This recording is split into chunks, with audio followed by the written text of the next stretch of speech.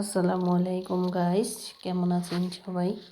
এখন সকালে নাস্তাটা রেডি করে নিলাম। ডিম ভাজা, তারপর আছে রুটি, আর সাথে আছে চা। চা আমাদের থাকতেই হবে। এখন এগুলা খেয়ে নিব,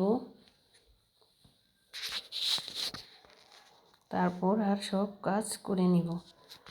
সকালের নাস্তাটা সকালেই করতে হয়। এখন সব বিছনা গুছিয়ে নিলাম, লেপ কম্বলগুলো ভাঁজ করে নিলাম।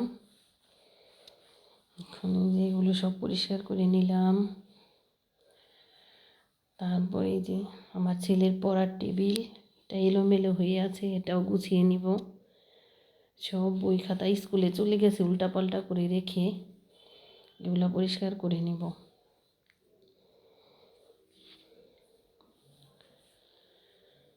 তারপর এখন অল্প কিছু কাপড় ধুয়েছি, ওগুলো নিয়ে ছাদে যাব। তারপর ছাদেও কিছু কাজ আছে আরও, ওগুলা করব। চলুন, দেখতে হলে আমার সাথেই থাকুন। ছাদে চলে আসলাম, যে অনেক রোদ, শীত হলেও এখন রোদ আছে প্রচুর পরিমাণে। যে ছাদের প্রাকৃতিক দৃশ্যটা দেখাচ্ছি, যে ধান মেলবো এখন। কিছু ধান রোদ্রে দিয়ে দিলাম, এগুলো দিয়ে পিঠা খাওয়ার জন্য আউলা চাল করে নিব। বাজার থেকে কেনার চাইতে ঘরে যদি আউলা চালটা রেডি করা যায় তাহলে এটা আরও ভালো। এটাকে এখন ভালোভাবে মেলে দিব, পাও দিয়ে নেড়ে দিচ্ছি সুন্দর করে।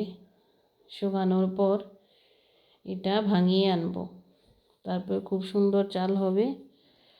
আর এই চাল দিয়ে পিঠা বানালে পিঠাগুলো অনেক সুন্দর হয়, আবার খেতেও খুব মজা হয়।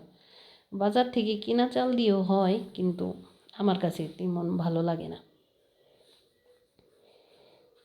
ঘরের চালটাই পিওর। আপনারাও চেষ্টা করবেন বাজার থেকে কেনার চাইতে নিজেরা চালটা রেডি করে নিলে ওইটা বেশি ভালো হয়।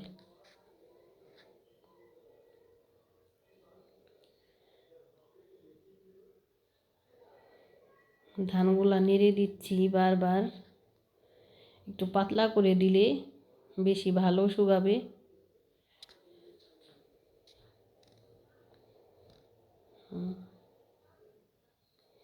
এখন নাড়া হয়ে গেছে। কিছু কাপড় নিয়ে আসছিলাম, ওগুলা মেলে দিলাম, শুকিয়ে যাবে। এই যে একটা আছে খেজুর গাছ, এই পাশে একটা আছে সুপারি গাছ, আর অন্যান্য গাছও আছে। এটা হলো মেহগনি গাছ। এই যে ওই গাছটা খুব সুন্দর, এই পাশেও আছে সুপারি গাছ। এখন নিচে চলে আসলাম, ভাত রান্না করে নিলাম। ভাতের সাথে আর কি আছে দেখি।